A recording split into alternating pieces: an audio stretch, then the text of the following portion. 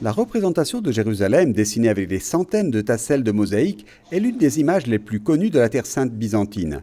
La carte de Madaba est devenue le symbole d'une ville qui possède l'une des écoles de mosaïque les plus anciennes du Moyen-Orient. Une tradition ancienne et précieuse, ravivée et reproposée pour donner dignité et espoir à ceux qui, ces dernières années, se sont réfugiés en Jordanie, fuyant la guerre. Rivin, une Irakienne de 23 ans, affiche fièrement une autre grande carte entièrement en mosaïque avec 17 autres mosaïstes en herbe, la carte biblique du pays qui l'accueille. Un projet jordanien de Caritas pour les chrétiens irakiens. Il a fallu 50 jours pour la poser au sol, ce n'était pas facile. Madaba abrite de nombreuses autres mosaïques précieuses qui, à l'époque byzantine, décoraient des maisons privées et des églises, comme celle dédiée à la Vierge, construite 150 ans après la conquête musulmane.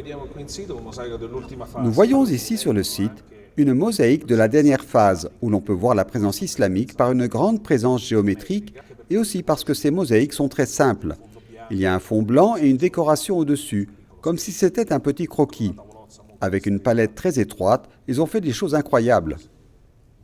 Franco Sciorilli, restaurateur mosaïste, a mis le professionnalisme et la passion au service des moins fortunés. Dans son laboratoire de Madaba, grâce à 2 ONG italiennes, Afsi et Habibi, des réfugiés irakiens apprennent l'art de la mosaïque en céramique. Notre idée était de commencer à lui enseigner un métier. Nous avons les Jordaniens qui font des mosaïques en pierre, mais notre idée a été de nous orienter vers la mosaïque en céramique, la céramique normale que vous achetez pour le mobilier de la maison. Un art que Ryan et 4 autres collègues sont prêts à exporter en Australie. Le visa tant attendu est enfin arrivé. Après ces 2 années d'expérimentation, nous espérons pouvoir y ouvrir notre petite entreprise.